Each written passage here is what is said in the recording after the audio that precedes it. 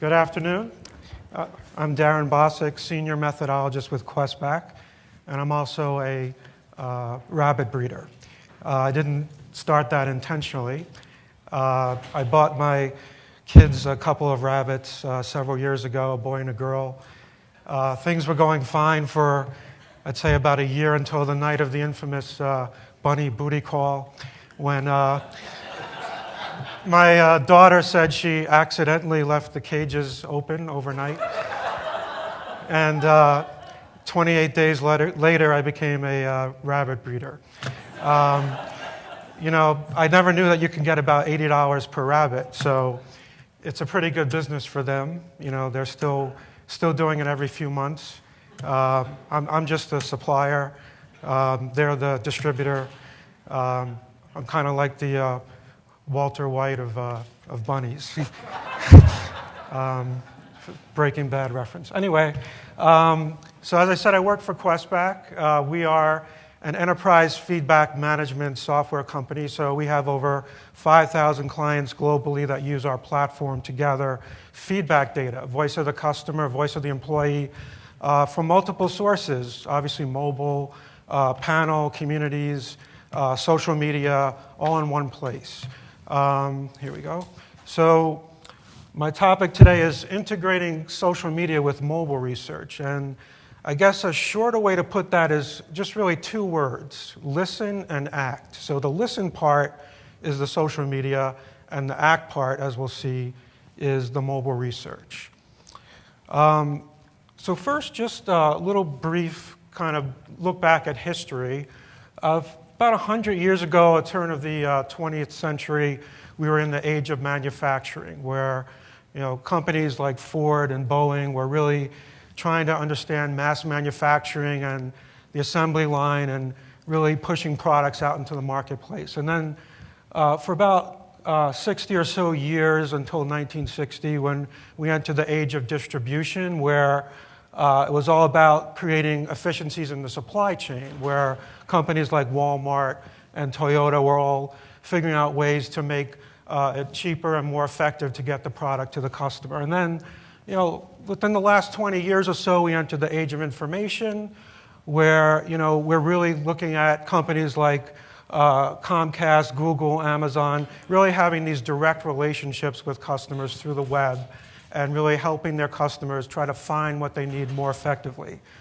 But now, we've kind of transitioned into this new era of business called the age of the customer, where really it's kind of a revolution that for the first time, this new business model is where the consumer actually controls the brand. If you think about all the ways that consumers find products, talk about products and services, particularly in social media, if they have a bad experience with it and there's any kind of negative sentiment about that experience, they can really break a brand overnight. So this age of the customer, or other people have called it the experience economy, is really where we're competing today. And I want to talk a little bit about how do we compete in this age of the customer. It's really about creating these consistently good experiences with brands.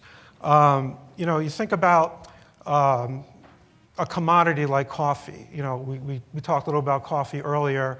50 years ago, it really was a commodity. So all we had available to us was buying the beans.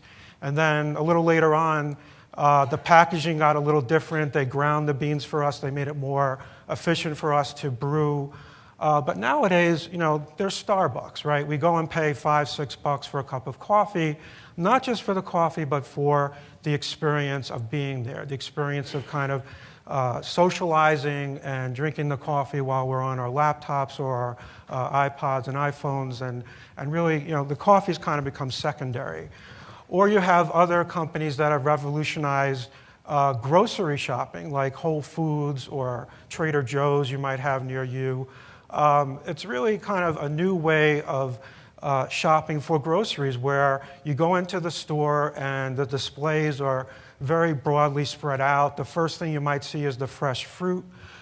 You might make your way down the aisles and have a discussion with someone giving a demonstration in the aisles about how to cook salmon, for instance. So, it's really about the experience in this age of the customer where, providing that really good, consistent experience is getting customers more loyal, getting them talk positively about you, particularly in social media. But there have been instances where companies have been raked over the coals in social media. I can think of one or a few actually last year. FedEx is one of them, where someone took a video of a FedEx delivery person throwing the packages over the fence and basically destroying what was in it, and that video went viral and FedEx suffered a little bit for it. There was another instance where someone who worked for Chrysler was driving through the streets of Detroit and had some sort of bad experience in traffic and tweeted about it on the Chrysler account, saying that Detroit drivers are the worst effing drivers in the world. So, it can really, if you don't use social media carefully or effectively or ethically, it could really bite you back. Another example is Qantas, who was trying to do a good thing. They were creating a Twitter promotion where they said, tweet us your dream vacation. So it went out there, and what ended up happening was people used it as an opportunity to complain about the airline, where they were saying, you guys have bad food, you guys are always late. So, even the best intentions on social media can really, if you're not careful, come back to haunt you. And in fact, social media, I think, has become really the new standard way for consumers to lodge complaints.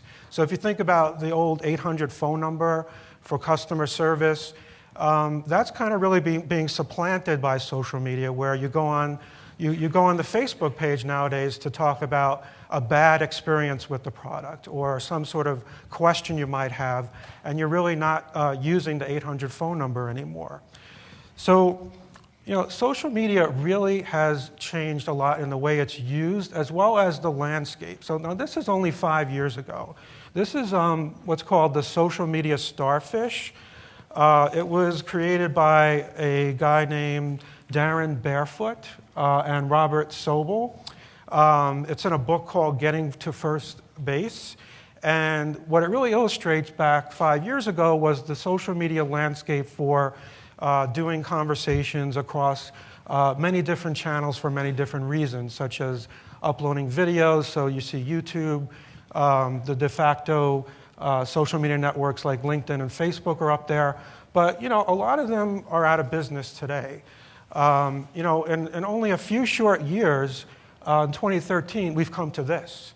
And this came out last week. This is the Conversation Prism, and it might be a little hard to read. I apologize for that. But if you go to conversationprism.com, they sell posters of this. And you can really see, the point I wanted to make is that the landscape of social media sites has really exploded. And as you go around the wheel, the creators of this, Brian Solis and Jesse Thomas, they work for a company called FutureWorks. They want you to go around the wheel and see how there are many different types of conversations occurring across different social media channels. And there's a reason why these different channels exist, because you can have a different reason for using LinkedIn, obviously, versus Facebook, versus Twitter, versus Pinterest. And as marketers and as researchers, our goal is really to understand these conversations. We want to know what's being said about our brands, because in the center of this is all of us, the consumers. We're on all of these channels. We're talking about our experiences. We're talking about the brands. And we want to try to get our arms around what's being said. And we want to try to have a relevant conversation with the people that are using these social media platforms. So it's really critical that we try to understand the different dynamics of all these different social media platforms and how they work. I think, I like to consider social media as like the world's biggest focus group, right? So people have opinions. They're just constantly out there talking about things. The idea is you kind of want to listen to what's relevant and try to, if you were, for example, in a big football stadium and everyone was talking at once, you want to try to zone in on that one person who might be 100 yards away, but understanding what that person says and how it's relevant to them so that you can really create a more intelligent, personalized experience for them. So it's really led to this sea change in the way that we interact with our customers. It's really led to a change in the way that we listen to customers. And I think that the key word is really understanding how to be active listeners, how to really carry on an intelligent conversation and really zone in on the millions of conversations that are occurring, zone in on the ones that are relevant. And there are certainly ways to do that. There are good social media monitoring tools out there today that provide a good way to understand all of the different data streams that are coming from these various social media channels and doing things like sentiment analysis and text analytics and trying to uncover the various different conversation themes and all the volumes of mentions of the brands that are occurring. But my argument is really that, that's great. I think all companies should be doing that and really doing social media listening in some way as part of a regular research program.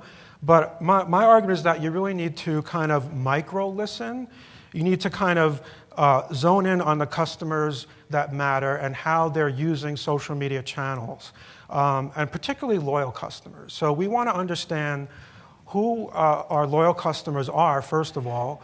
We want to do regular measurement around their satisfaction and loyalty, but we want to also understand where they're talking, where they're conversing in social media, and then understanding what's being said and understanding are they having a good experience.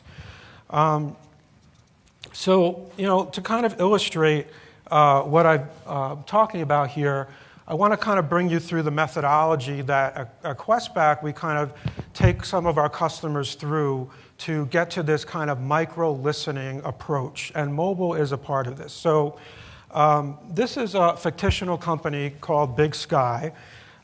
They sell outdoor equipment, things like tents and sleeping bags. And they also regularly send out a customer satisfaction survey. They do it both through the PC as well as adaptive layout on the mobile device. So they're doing all the right things to kind of once a year go out and listen to what their customers say and how satisfied they are and understand their loyalty. But what they're also doing is this micro-listening. So whenever a tweet might come out that's negative, so for example, here's a customer who says, I bought this brand new tent from you, it's leaking. And she's not too happy about it because there was a heavy rain last night. And she tweeted about it, and she wants to know, how can it be fixed? Now, what Big Sky is doing is that they're micro-listening by detecting that tweet in a social media listening tool to understand that this person has mentioned them on Twitter by using their Twitter handle. They know the sentiment of the statement, that it's negative because it comes up in the tool as being negative. They also know this person's clout score. So clout is an internet influencer measurement score where they provide scores to people based on how often they're on social media and how influential they are in social media. And they know that she, in particular, has a very high clout score, so she's at risk of telling all her friends about a bad experience that she had with the Big Sky tent leaking. So what Big Sky would do is they would act on it. They would immediately, the software would immediately trigger a survey to her mobile device and say, we know you're a valued customer. Would you please tell us we have some questions for you about your latest tweet that we read, and we would like some more information. So what they're doing first is they're zoning in, they're micro-listening about who this particular customer is by getting a little bit more information about her. So please tell us your order number. And also they want to know, once she enters the order number, they can match it to the product that she bought. They can also get some other minor details about her, like her phone number or her email address, so that they can show that they care about her. They really want to keep her, turn a bad to a good. Now, one thing that extra step that they're doing is that they have this very robust CRM system like SAP, and they're taking information about this person, and they're looking her up, and they're understanding that she has a very high customer lifetime value. So she's very important to keep happy. She's a person who potentially can spend a lot with this company, who has long-term profitability. So it's very critical that they understand her gold customer status as well, that she not only buys tents, but she has also purchased other products from them. So, this one little tweet has really opened their eyes to a whole bunch of information about this customer and how to really act upon this negative experience that she's had. So what they do ultimately, once they have collected the mobile survey information, is that they in turn go back to her and say, we're very sorry for this inconvenience. Here is a coupon for Amazon as a token of our appreciation off your next purchase. So it's sort of extending a handshake and saying, we're sorry you had this bad experience, but please, we don't want to lose you as a customer. They might also do a follow-up survey where they'll say, well, thanks very much. Here's a couple of other questions for you about, we want to know, are you having a better experience with the product now that you have repurchased it? And in addition, they're also inviting this person into their private online community. So Big Sky has this online community where they invite their customers to talk about products, to talk about ways to develop new products for them. And it's really a way to get customers as brand advocates to develop products and really get them to express ways to grow a better company. Now, one company that's doing this very well today and we've worked with before is Swiss. So an airline that really aims to give its passengers a really perfect experience. Because if you think about all the different touch points that occur when you book a flight, everything from calling the travel agent, going to the airport, checking your luggage, actually taking the flight, landing at your destination, getting your luggage, and so forth. There are 15 different touch points that they've outlined, and they want to try to collect feedback through each of these. And social media and mobile have really played a big part in this feedback mechanism, this feedback process. So they use online, mobile, social media to really understand across all these touch points ways to improve the customer experience. And that has really led to much improvement in their customer satisfaction and also reducing costs because, in the mobile part of this, they are sending surveys to the passengers once they land. Now, they segment their passengers by their value. So obviously, first-class passengers, business travelers who fly often with them, they are much higher value than economy-class passengers. Economy-class passengers get the old-fashioned rate card. The higher value first-class, et cetera, passengers get the mobile survey. And the mobile survey is very customized. It can ask them questions about, for example, first it addresses them by name, then it asks them, how was your steak lunch? Did you arrive at the destination to your liking? Would you recommend this airline again? So very short survey that kind of builds a better profile of this valuable customer. And they're also monitoring social media in the duration of the flight to see once the plane lands, are there any negative tweets that have happened about from the passengers? So to kind of wrap up, what Swiss is using is our platform here, and this pictorial shows you that the QuestBack Enterprise Feedback Management Suite. In the middle there is what we call the People Data Hub.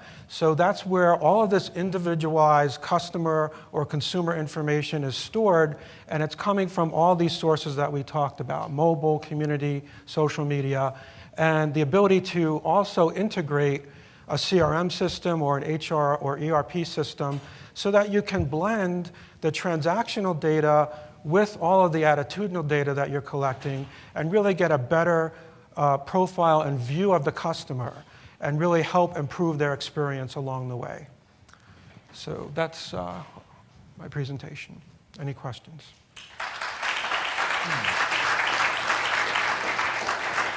Yeah. Thanks.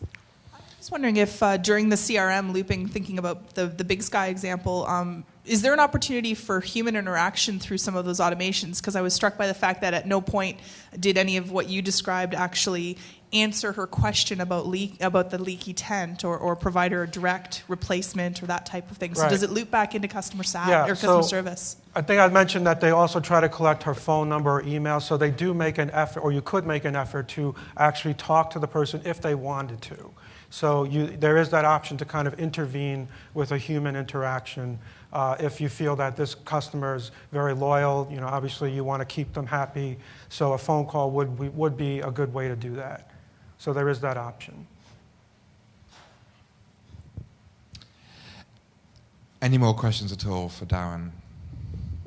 No. In that case, thank you very much, Darren. Thank you.